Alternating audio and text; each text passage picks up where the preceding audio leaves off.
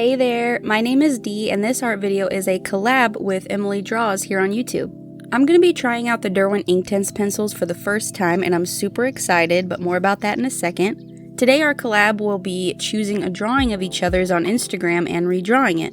Her channel will be linked in the description along with her Instagram.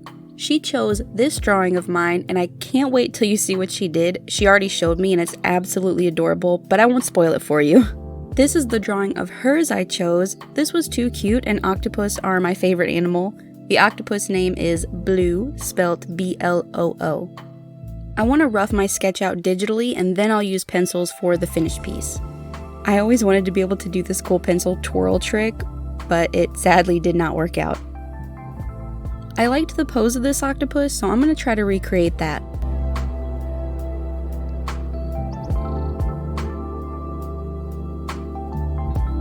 I've shown this process before, but it's been a bit.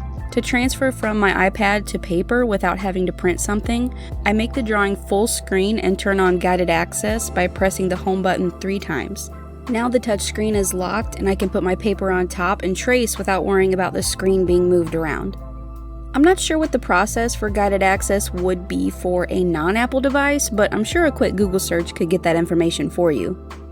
Now I've got to pick out the colors I want. Thankfully, this set came with more than one of most of the colors. And just to be extra, I painted my nails to match the color scheme, a blue to green gradient. So the way these pencils work essentially is like watercolor pencils. You can use them just like regular colored pencils if you want, or you can wet the pigment once you've laid it down and it melts into a gorgeously saturated color. These are called Inktense pencils because once you activate the pigment with water, it becomes like ink, whereas once it's dry, it can't be reactivated like watercolors.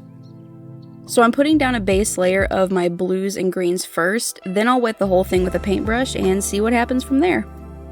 Personally, I was really sold on the idea of this art supply because I already love watercolors, but they are notorious for being hard to control and having a mind of their own. The fact that these are pencils, which are arguably the easiest art supply to control, and then can be activated like watercolors, but previous layers not be smudged by layers on top, here, take all my money. You can see how light the color is right now, but as soon as I add some water, it's so dark. Oh, and I messed up here already. I meant to start at the lightest green and blend my way into the darkest blue so I wouldn't have to worry about contaminating my lightest colors. But I was just excited to see the dark colors, so I instinctively went there first. Ooh, there it is! It's so pretty! And I'm still just blown away by the saturation level considering there's barely any pigment on the paper. I just went over it very lightly with the pencils.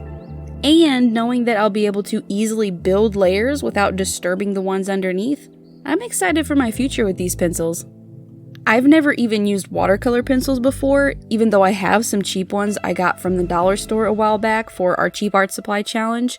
I ended up using something else for that video, so I never tried them.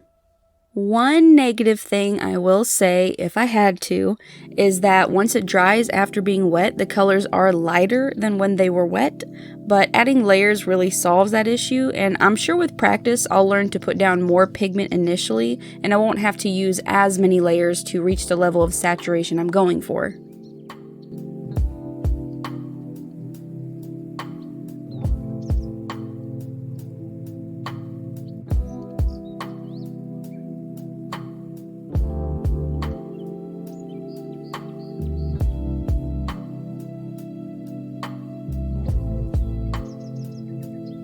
So far, first layer is looking gorgeous. Now I'm wetting the second layer of color. You might have noticed that this blue is missing a key identifying component of octopuses, that is the correct plural term, which are suction cups on the tentacles. I initially didn't draw them in because I wanted to make the gradients on the tentacles easier and not have to work around all the tiny little circles.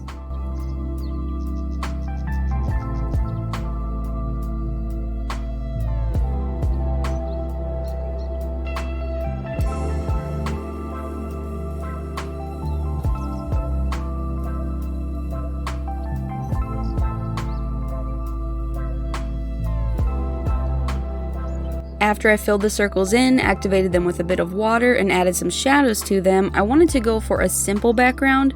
Looking at it now, I kind of like the bold colors on a blank background, but that's not how it ended up, so I guess I'll have to live with that.